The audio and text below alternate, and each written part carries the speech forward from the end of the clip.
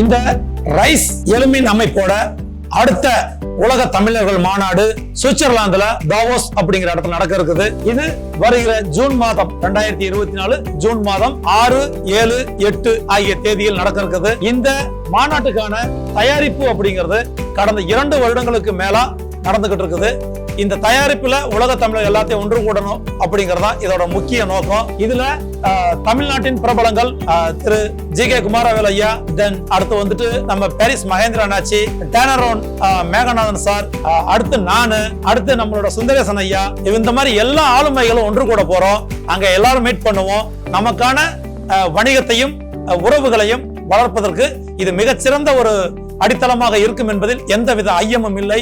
தமிழ்நாய் சிந்திப்போம், தமிழுக்காக சந்திப்போம். வணக்கம்.